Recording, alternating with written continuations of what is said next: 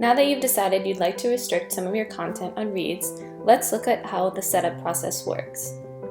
First, you will have to decide for which content you're going to want to restrict access to. Access is defined on a subdomain level. Let's look at example URLs to see how this works. For your public, external-oriented content, you might be using a URL such as www.mycontent.com, or you could be using a subdomain such as marketing.mycompany.com. To differentiate your private, internal, or limited audience content from your public content, you will use another subdomain, examples private or internal. Now let's go into Readz and restrict access to one of our pages. Once we're logged into Readz, we can see our dashboard.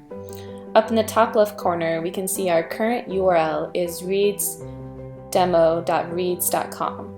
To change the restricted access settings, we'll have to go into Preferences.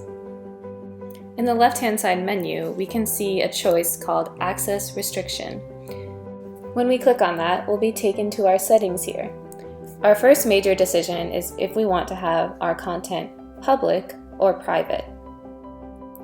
When I click on Private, more details are going to appear so I can refine my settings. We can restrict access to our content on two levels, using email addresses or domains. If you click on Manage Subscribers, a dialog box will open. Here, we would see a list of all the email addresses that currently have access to our content. Currently, there's no one here. Let's see how we can add email addresses to this list. You could add them manually by clicking on Add Subscriber, or I can save my list of emails as a CSV or a comma-separated values document. Then I can click on Upload CSV and upload my emails directly into Readz. Once Readz imports the list of emails, I can edit the fields and make sure the data transfers properly. Right now we'll only worry about email and name, but in future CSVs you can also designate the active status and the end date that you want for your list.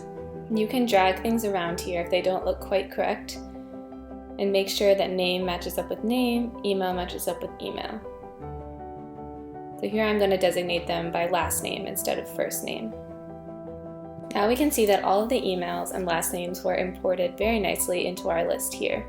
Now I can edit this list further by selecting different users, sending individual or multiple users invitations, and selecting an individual. Let's say I just want to edit the access of one user. I can click on the pen to edit. Here I can see an end date if he has one. I can unclick the active checkmark to let the system know this user no longer has access to the page. That's all for now. Watch our next videos for details on restricting access by domain, email settings, and some frequently asked questions on this subject.